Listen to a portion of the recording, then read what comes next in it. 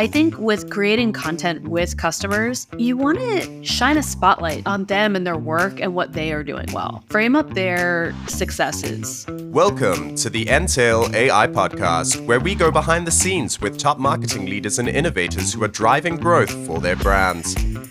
In today's episode, we speak to Kristin Maranki, a creative marketing leader with over a decade of experience leading teams within fast-growing SaaS companies.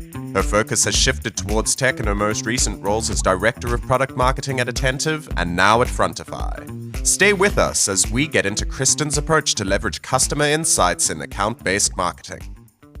We can start by saying like a general approach to understanding the customer and how you start building campaigns. So where do you start from? It always really starts with understanding your audience. You have to understand the customer. I think anyone who's taking on or thinking about ABM really need this foundational research to kind of understand the pain your audience feels and what words they use to kind of talk about the pain that they have and what they're trying to solve for before you can really even position a solution. So I always recommend starting here. And this will help you like think about how you create and serve content that really educates your audience and provides value and leads them down the path that you want them to go down.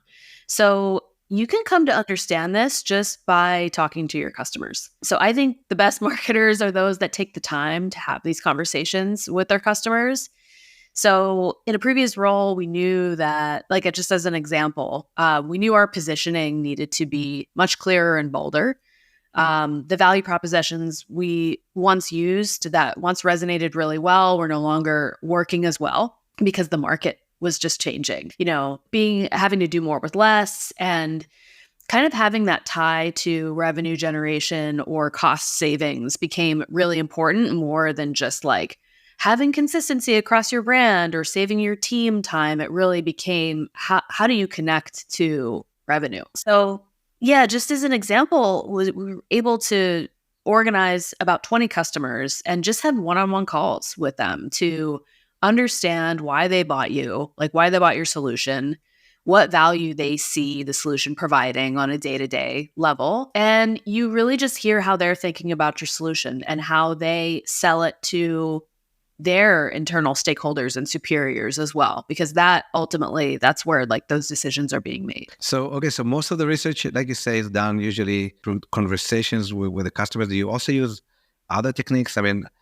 I mean, we've used a few times. For example, we were promoting a product that sells like an app or QuickBooks and Xero, like these accounting software. So often we just looked at competitors and the reviews that competitors get. And if you get all the reviews, you can understand, what people like or dislike. And from there, you can also understand the pain. So is there anything else that you use in the research process that can really help you like really nail down what the main pain points are?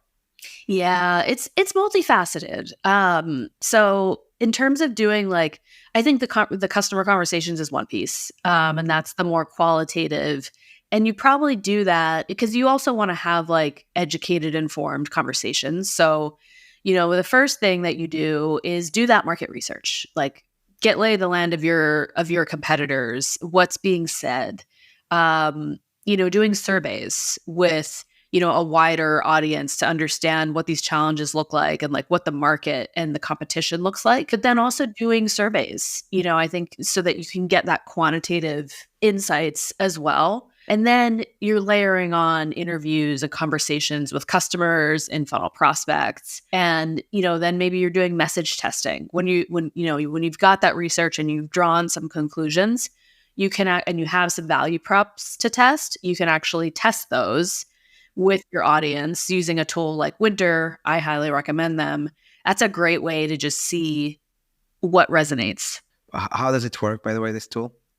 Basically, you are able to like skin your website and change copy and be able to send that to your, whether it be prospects, customers, people that are not solution aware, and they can like have comments and you can understand, like, they'll say, I don't know what value you're providing. I'm not sure what you solve. Maybe that's feedback that you get, which is super valuable, right? Because that's telling you, it's easy as a marketer to kind of get in your own space, and it can be kind of an echo chamber. And it's getting that like external feedback is super important. Yeah, that's actually very interesting. I never heard about this tool before.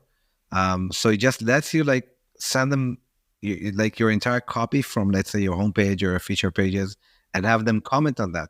Yes. I've been thinking a lot about, like you have to send prospects often like one pagers or materials that explain what your company does, but you basically have it on your website. So why can't they go to the website? So or maybe they want this to be sent to them, and you don't send them a link to a page or something like that. But the fact that you can do it and also get their feedback on every part of the page is quite interesting. I never used that. It's a newer tool, and it's super valuable. We used it at Frontify for the message testing portion. Okay, and do you need to try that or do that with people that are more engaged with your brand? I mean, if you just send it to a prospect and ask them to comment, or it's a big ask from like somebody who's just a prospect. So no, I think Winter actually. So I actually didn't manage the tool myself, but they can bring you. They're able to bring you an audience. So that piece is, and I think you're able to choose. okay. But yeah, it's not something where you have to go out yourself, but that's like part of the solution that they provide. So they kind of like provide a kind of a service or a marketplace on top of that, where you have people who can comment on your copy and your website. Okay, that's very interesting. So different approach than just like analytics and seeing what sticks. Absolutely. Yeah. Okay, I'll try it out. I'll make a note to try it out. It's very interesting. And also, what in terms of techniques to using the customers to involve them more with the brand, of course, like through stories, testimonials, and so on. How do you use that?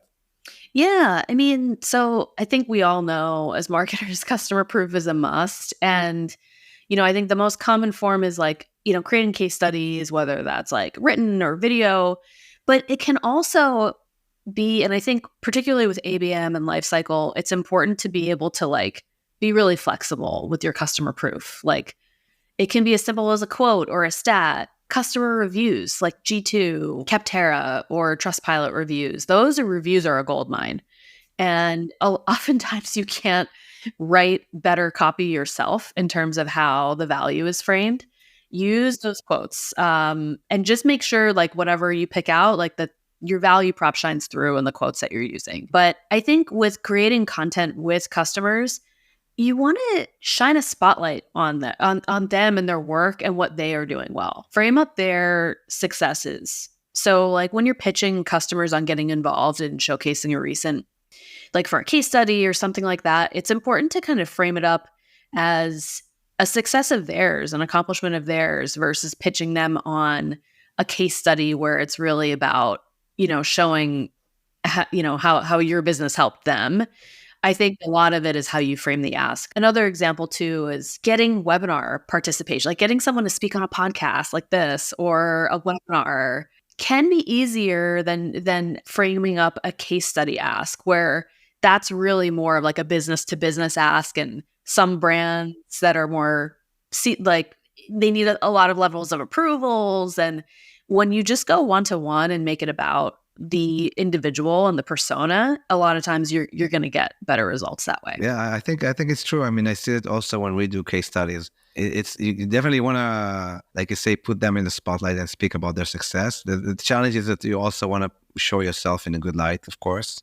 But it's often because you provide a product or a service to them, then often their success is your success. So it kind of like works hand in hand. And so, and if you want to like zoom into account-based marketing campaigns, so, and unlike, like mass marketing campaigns. So can you just outline that in general? Like, how do you approach that? Do you select like specific accounts and create materials specifically for them, or how do you reach them and so on? In my experience with account-based marketing, like I've definitely been in companies where you are doing that like one-to-one customers, like you have a named account list that you've decided on with sales. And usually that is a process to get to.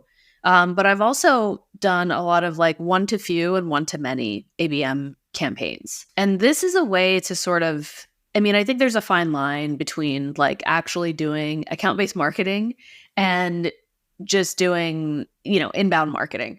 But basically, you're going to want to take an ABM approach when you know what types of customers do really well with your solution, that they're happy, they tend to grow. You want to have that information, and you should be able to get higher conversion rates within your ICP. And that, of course, takes pressure off the demand gen engine to fill the top of the funnel. But with ABM, I think the first step is to really develop your list and decide, are you doing a one-to-one, like named account, or are you casting a little bit of a wider net where you're doing one to few or one to many? An example of like a one to few or one to many is, you could take a cohort of, your audience by industry vertical, or by a trigger for your solution, or by a product that you like. If you want to do ABM to your customer base, if you have a new product that you want to upsell, or an existing product that is underutilized, you can sort of segment your database that way. So a lot of it, I think, is, just getting your list right and then developing your approach around that. Because a lot of the content that you're going to think about for account-based marketing too is dependent on where someone is in the funnel.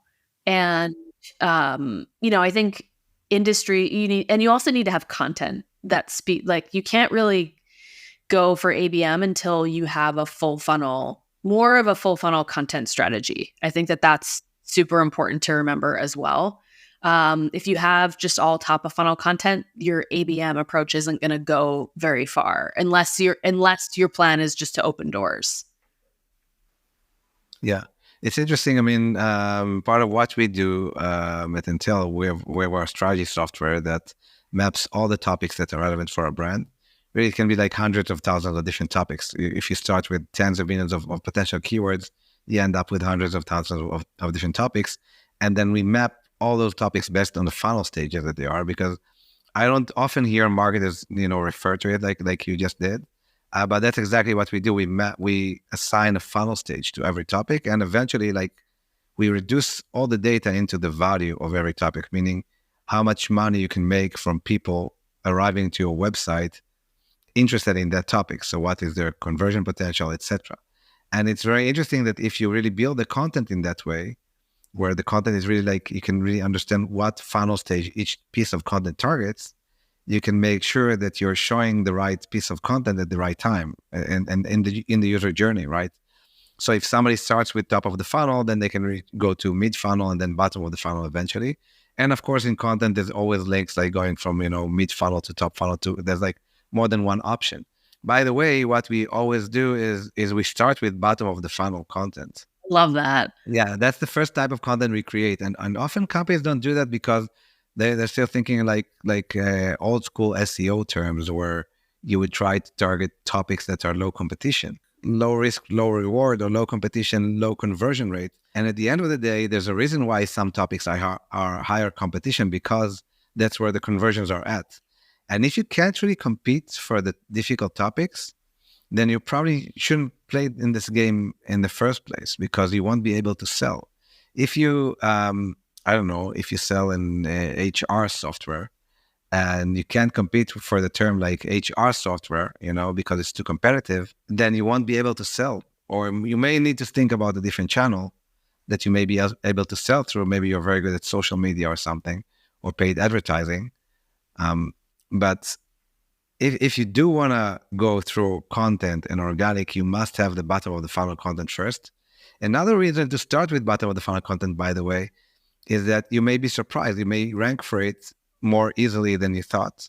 Right. And also, sometimes you get traffic that's not search traffic, or like traffic from within the website going to that, or just like what you just said, you may show that content to another person who's interested in top of the funnel content, but you want to drive them down the funnel. So you must have that bottom of the funnel content ready. And if you don't start with it, you don't have that content, it's the most useful content, even if it's more competitive. So it's very important to have that.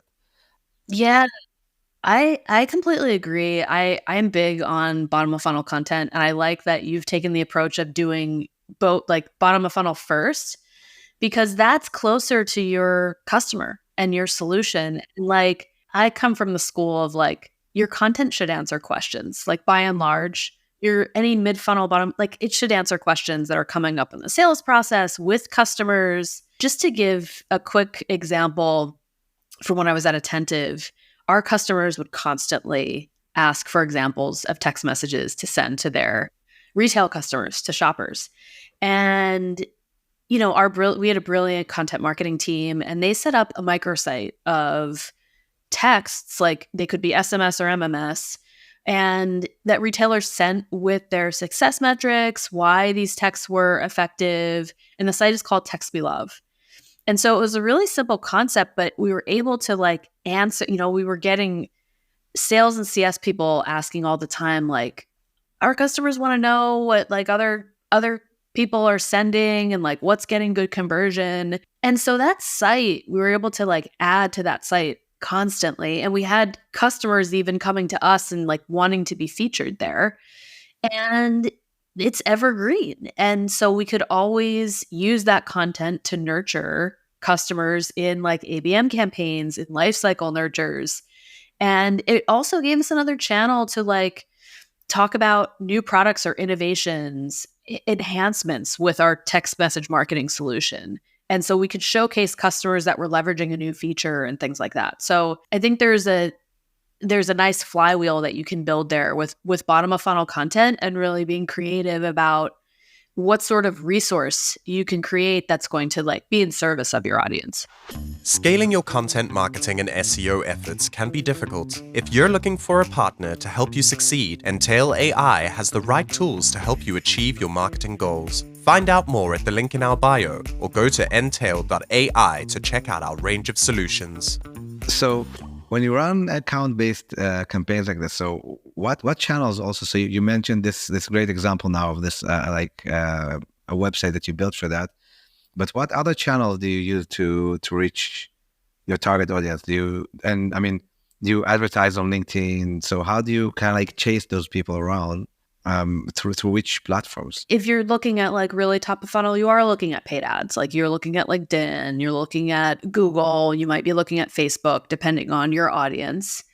And, you can really even be repurposing that bottom of funnel content into those ads in some cases, especially if these people are solution aware, like they're aware of their pain point and like that they need a solution for what you're solving for. And then email. Email is really, I know that there's a lot of content out there that talks about like the demise of email, but I would say as a marketer, it's not going anywhere. It is still such a course channel. So email, I would say also like direct mail can have a place sometimes in account-based marketing strategies. It's great for door opening or for like, later stage, really just showing that you're in tune with their needs. Events as well. Events can be a great touch point in an ABM strategy as well. And so you would target specific accounts during events. Maybe you can give an example of how that works. Yeah, I think events. So I wouldn't say events are like specific to account-based marketing strategies, but I think I would say this is relevant if you have, a suite of like proprietary events that you're already running. Maybe you're doing field events already, or like customer-focused events, educational events where you're bringing value to your audience already, less so like a sponsored event. But just making sure that you're including those accounts, and you have your salespeople there, you have your CS people there to kind of engage them, and just getting that face time. Maybe you can share also like other account-based campaign strategy examples from big companies. I don't know, any story that could be relevant. A recent one that I worked on, I would say it's still running, and it's a little earlier stages. But at Frontify, for example, we were really we applied. So account-based marketing is not just for net new business, but it's also a great strategy to expand within your customer base. And over the past few years, I've been doing a lot of customer-centric marketing efforts. And so when you have a new product to introduce as well, when you're really like looking to upsell your current customers, an account-based marketing approach is a good strategy. And so one example, actually I have a couple examples. So at Attentive and Frontify, at Attentive, They were a single product company and they went to multi-product. And so we really, we were able to segment the audience for interest in a two-way text message solution. And so, we launched that, and that was really more of an upsell product. Like, that was not a standalone, so it was an upsell to a core product line. And, we did a webinar, like an educational webinar. That's always a nice way to, get people interested. I think, speaking of events, webinars is another good channel to use for education, because you can get really specific on industry topics as well. So you can hold a webinar for challenges with digital asset management in healthcare, or how luxury goods retailers use conversational SMS. And you can get really targeted with your content that way. So basically, kind of, you're almost taking you have that targeted list, you have a smaller list, and then you're nurturing them with, with webinar content, and then dripping them into, and then maybe you're getting them to raise their hand for interest in the product, or more about, ways to engage their audience. And then you're getting them into an email drip where you have an excuse to sort of be keeping them updated and sharing helpful resources with them. What you're mentioning, I mean, I started, as more in B2C and less in B2B marketing. But because my part is the marketing that you're mentioning, it has multiple steps, right? It's multifaceted. It has multiple steps and probably multiple disciplines. Like, you're starting with an event, it goes to SMS or to email, different. So you probably need a multidisciplinary team to run this type of marketing, right? So from email to campaigns. So how many people usually work on a team like that, or how do you manage that across the entire team? It's wishful thinking in the marketing world, especially these days. But usually, I mean, I've worked in companies where we have not had anyone dedicated to account-based marketing, but usually it's one person that maybe manages ABM and lifecycle, but then you're kind of working with, and so that's the point person on marketing. And then you have a counterpart in sales, and an account or CS as well. But it's usually just one person, and then they coordinate across different functions of marketing. That ABM person would coordinate with the event marketing team and the content team. And so ABM, it's sort of unfortunately, you don't have a dedicated team, but maybe you have a task force that, hey, this is a priority. We need to create content for, this ABM stream, or, that's usually how it operates. I mean, these processes are rather slow, right? Because you have, like you said, you have to coordinate between teams, and you're preparing content often for specific accounts. So it's not something you can do at scale and say, okay, I'm going to target 500,000 people with this content, right? You may target, a few specific accounts.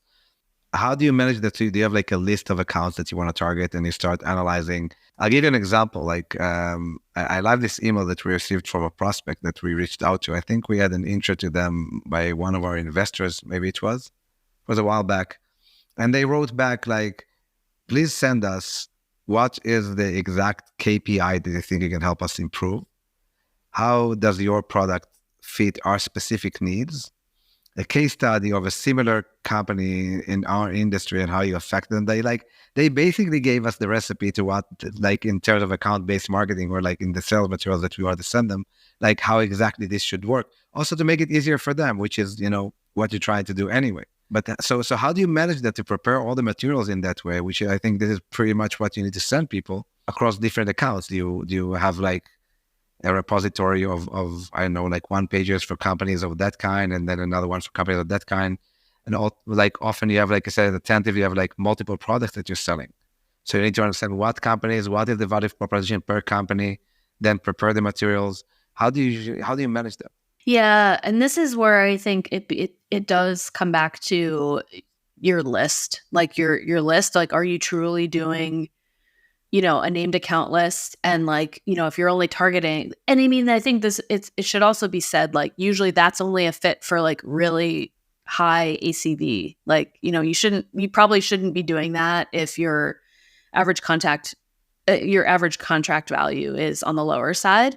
Um, and you also really have to have conviction about that's our ICP, and like we need to acquire, like we want this account. But I think this is where using tools like yes, the person who's managing ABM would have, customized messaging for like, one sheeters that are customized maybe for that industry vertical. That can do a lot. But then also there are tools out there. Like one really cool tool is Mutiny, where you're able to customize landing pages. You're able to customize like copy on your website when a contact from that account lands on your website. So you have that instant personalization that, when they come to the website, they're getting messaging that is targeted to them. Maybe it has their account name, or maybe it just is specific to their industry, whether it's, retail, or, they're an apparel retailer, or they're a shoes retailer, whatever it might be. You can kind of customize that way. And even down to like your calls to action for those targeted accounts. So, but yes, like a lot of the ways that I've seen it done is segmentation, like by industry vertical, because that's something that's a little easier to bite off, and you can capture, you can have more accounts to target. And so you start creating content, like industry specific reports, blog posts that maybe speak to that industry. It could be webinars. And so that's usually how it's done. And you sometimes, so some of this information you do, like email campaigns and so on, does that also, the materials, the content that you create, do you also use it, like do also the sales team, do they also use this content like to sell it to prospects? So you get a demo request, somebody's going through your pipeline, you may want to send them some of these materials as well. So do you also collaborate with them? Yeah, the collaboration, I think that's what really also makes account-based marketing campaigns stand out. Is it's not just marketing. Like marketing, you kind of define the roles of like marketing, sales in the ABM process. And so marketing is often there to like educate, warm up the audience. And then you have your sales team kind of doing outreach, using those materials as they see fit also. And so it's sort of like you're defining those touches as well. And it's definitely the long game. It's definitely, it's not a short-termism where it's like, okay, we got the MQL. Like that's just the beginning. Yeah. So, but yes, there's definitely like a cadence between sales and marketing. And another thing that I find very interesting, is that first of all, I think in general, B2C marketing is usually a bit ahead of B2B marketing because things work faster there. And I think they're a bit more innovative, even though there's a lot of know-how that goes into B2B marketing because it's different. But, a very big channel for B2C marketing is social media, of course, because all the world's attention is over there. But you see more and more B2B companies moving there. And even on TikTok, where you'd think it's just like for the younger generation and maybe different types of content, you see a lot of B2B specific content that gets a lot of views also on TikTok. And so I was wondering, and you don't hear a lot of that, but I was wondering if you have any experience with using account-based marketing also on social media. LinkedIn is social media as well, but not LinkedIn, because LinkedIn is more a bit obvious. But can you also leverage, platforms like TikTok or Instagram, Facebook, Twitter for that? I'm sure that you can. I have not personally used that, and so I can't speak to it, unfortunately. But yeah, I think it might be harder on those channels as well, just because that is more like, maybe not TikTok necessarily, but LinkedIn, like it is a little bit more like that's essentially your broadcast message. Yeah. I mean, what we do is, like I mentioned, that we map all the relevant topics for our business. Then, we started from SEO, but we also look at social media in the same way, where like just a simple, B2C example. If you're selling a product that has to do with blood pressure, and you may want to target people interested in like, why do men have high blood pressure? Okay. So you can target that search on SEO, but if you go and you check on YouTube, you'll also find videos about that. And you'll probably find videos about that also on TikTok and Instagram and like even on Twitter. And so the people that search on Google are also interested in content on social media. And that's why we're using more and more of that logic in creating content for social media. Also for the reason where, it's usually like competition for attention. It's where like looking at which platforms are more saturated than others. TikTok is probably less saturated for B2B marketing because most of the big B2B marketers are not really using that as a platform. But we do see views for like good content like this get views. And I think a very good example for like people using that in a very good way, I think one of the best used social media for marketing and like B2B marketing is Neil Patel, if you know him, like the SEO guy. I didn't really like him in the beginning, but now I look at the content that he produces. It's quite amazing. By the way, it's not necessarily ABM, like it's targeting everybody interested in SEO and digital marketing now and content. But if you check out the content that he's creating, check out his YouTube, for example. He hasn't created a regular video, which he used to create like regular videos and publish videos like all the time. He hasn't published a regular video in months, but he's publishing at least one short every day across all the channels.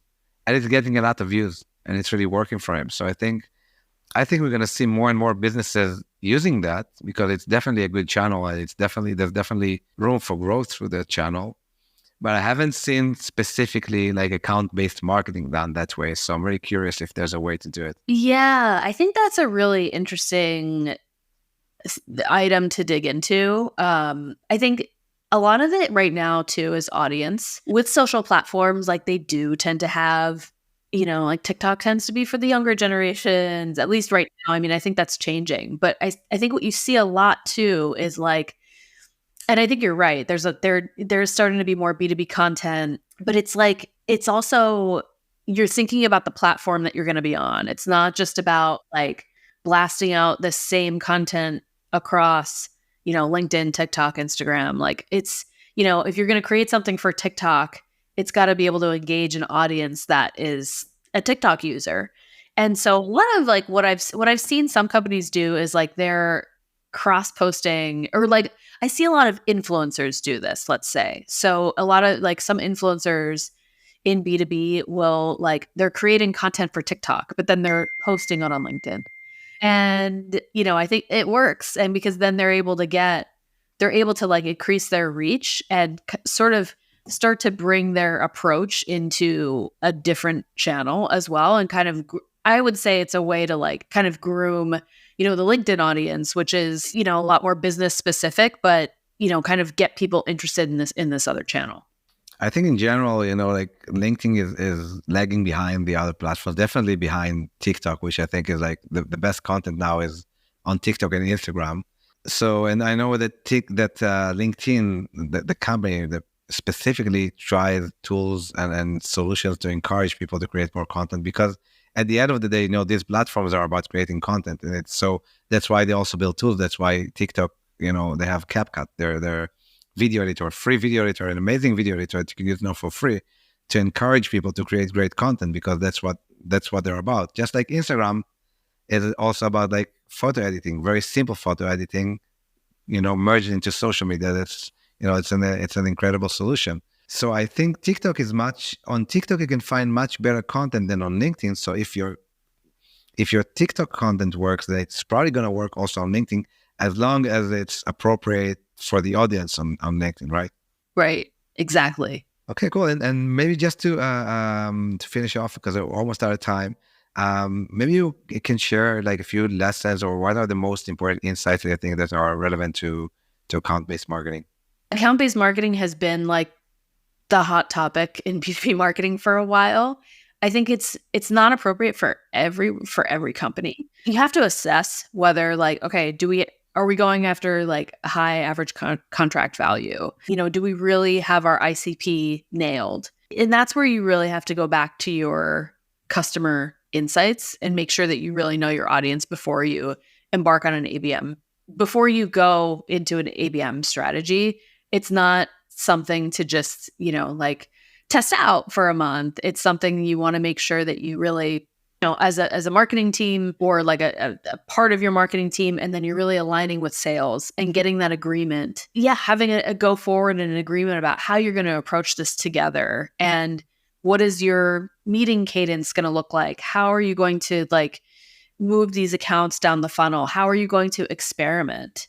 What channels are you going to use? And really just make sure that you have that collaboration with sales. If you just take it on as a marketing team, you're not going to get very far. You definitely need that collaboration, and just knowing customer and understanding like what kind of value can you bring to them, and really aligning on your target list as well. I think that's really the most like critical piece to get started on the right foot. It's been great talking to you. I can tell you that we're focused in a way also on account-based marketing, and we're just starting out in that space. So I did learn a lot. So thank you very much, Kristin. Yeah, I'm glad to hear it. It's a fun conversation. Thank you for listening to the Entail AI podcast. Join us next time for another masterclass when we sit down with a marketing luminary to reveal their path to success.